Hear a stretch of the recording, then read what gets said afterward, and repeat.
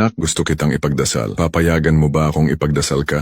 Anak ko, napakabuti na pinahintulutan mo akong ipagdasal ka. Bago ako magdasal, gusto kong humingi ng pabor sa iyo. Tingnan ang mga pindutan sa gilid. Mag-click sa lahat ng mga ito. I-click ang plus button sa ibaba ng imahe ni Jesus upang sundan ang banal na sugo. Pagkatapos ay i-click ang puso para magustuhan ang video na ito. Magkomento ng Amen ng 3 beses. I-click ang paboritong button para i-save ito bilang paborito at mas madalas na panoorin ang video na ito. At syempre, ang pinakamahalaga, i-click ang WhatsApp button at ipadala ang video na ito sa 3 pang tao na triplehin ang mga pagpapala ng panalangin ito. Ngayon manalangin tayo. Ang Ama sa langit na makagagawa ng lahat ng bagay ay palayain ang aking espiritu mula sa pagkabihag ng masama. Ipatong mo ang iyong mga kamay sa akin upang ingatan ako, upang iligtas ako sa lahat ng kasamaan. Pindutin mo ang aking puso, Panginoon, na burahin ang anumang tanda ng kasalanan, kapaitan o hinanakit. Dalhin sa aking buhay ang iyong kamanghamanghang mga pagpapala ayon sa iyong kalooban. Panginoon, magdala ka ng kagalingan, kalusugan, kapayapaan, kagalakan at gayon din, Panginoon, kasaganaan upang kami ay mamuhay ng mas masaya at makatulong sa aming kapwa. Naway laging matupad ang iyong kalooban, ngayon at magpakailanman. Amen. Anak, ibahagi ang video na ito sa 3